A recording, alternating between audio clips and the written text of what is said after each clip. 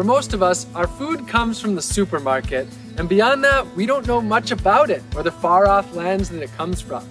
Today, I'm here to help you realize that food is growing freely and abundantly all around you. You just have to open your eyes and look at the land in a different way. To do that, I'm going to share 11 easy plants to begin foraging.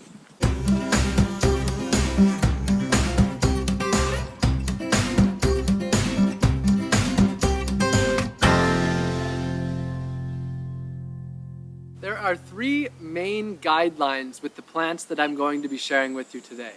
First, they're widely available. So these are plants that are spread out through much of the world or have very similar plants to them around much of the world. I'm focusing on plants in North America, although I am in France right now.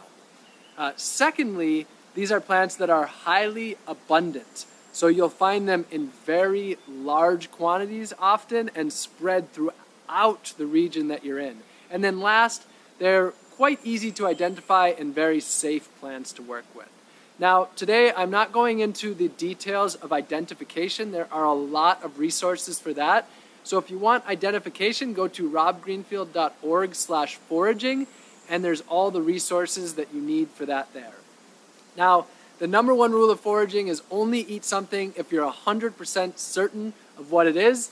That's the key to safe foraging, so make sure that you follow that rule.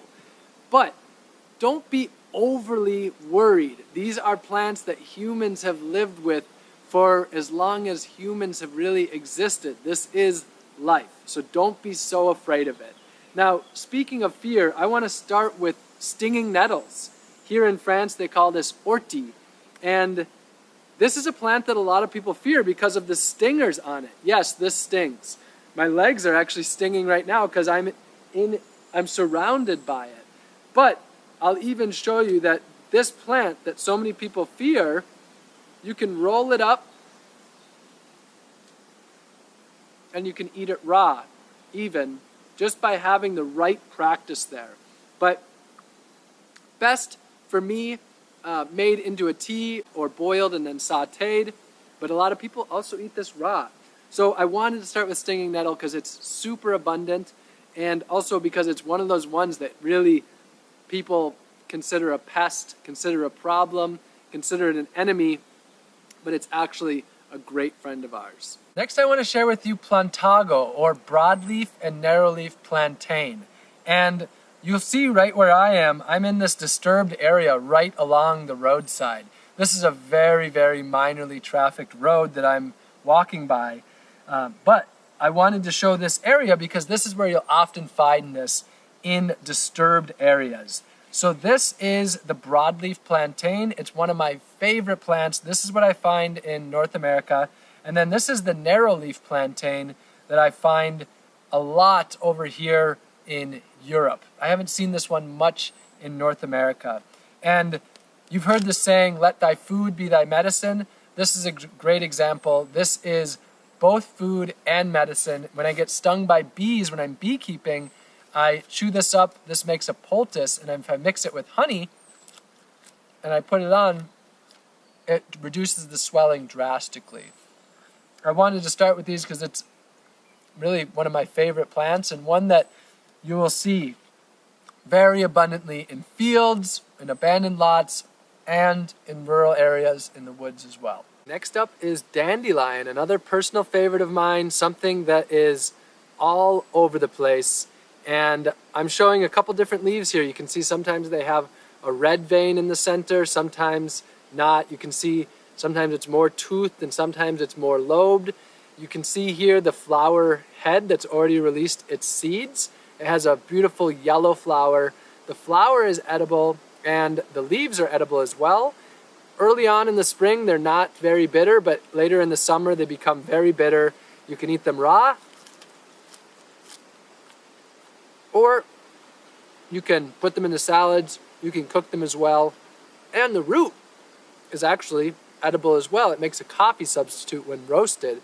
That one is not as much of a beginner thing because it has some processes compared to just eating the greens, adding them to your salad.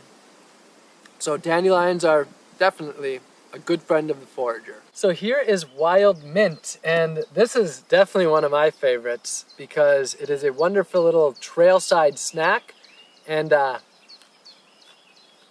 natural little pick-me-up and breath mint as well. This one's pretty strong. Really like to add this to salads. I make a nice sun tea from this, just putting this in water and leaving it in the sun for the day really makes a nice sun tea, or of course you can make tea on the stove with it. That's really all that's needed to be said, is that mint is growing wildly and there's many varieties. Some that are growing in the water, some in moist areas, some in less moist areas like this. So many varieties and a wonderful little snack. Now I am in a bed of wood sorrel. This is wood sorrel all around me, or oxalis. Now you see the three lobes on this, maybe they would be called. A lot of people think that this is clover, but it's not. It's oxalis or wood sorrel. Now the good news is clover is edible as well. The flowers are edible of the clover, as well as the leaves. But this has a totally different taste. This has a very lemony, tart flavor, and this is a great one to get kids foraging with because it often is sort of associated with candy because of the strong tart flavor. And you can see it being really low to the ground here, but I also see wood sorrel growing really tall. When I was in Southern California, I saw it growing over a foot and just in clumps that you could snip and have huge clumps for the salad. So wood sorrel, wonderful for kids, wonderful for a snack, wonderful for a salad, and if you mistake it with clover, clover's edible too. So here is more wood sorrel growing up this old stump, and then behind it is another one of my favorites, and that is watercress. And the name watercress, here we are, along with this fresh flowing water. You find it by fresh water. I just have one here, and here on the property that I am in this area, I haven't found a large abundance of watercress. However, many of the streams I've been to in the past years, you'll find huge swaths of this. And to me, it's like a wild arugula. It's a strong flavor and one that I really like. Again, eat it raw, add it to salads, you can saute as well. And watercress, love it. So here we are in the field now, and I've come across a wild brassica. And these are common throughout a large amount of the world. Now, brassica includes mustard, cabbage, turnips, broccoli, kale. There's a lot of different plants in the brassica species, but you don't really have to be able to tell them apart, and they're hard to tell apart. But you know you have a brassica with these yellow flowers and these buds, and you can actually see the buds, very similar to broccoli. When you have broccoli, each of those little green buds in broccoli turns into a flower. In your garden, if you let broccoli go to seed, it'll turn into these yellow flowers. So the buds are edible, the flowers, the seed pods, once they're formed, and the leaves are edible as well. This is a great plant to start foraging with, very common, and I've seen it all throughout places I've traveled to.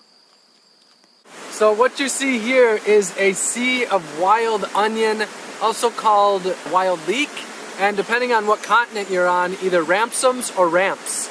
And you'll often find whole forest floors covered in this. So when you can find this, it can be extremely abundant. There's many different types of wild onions or wild garlic, and to be honest, I often can't tell the difference between them.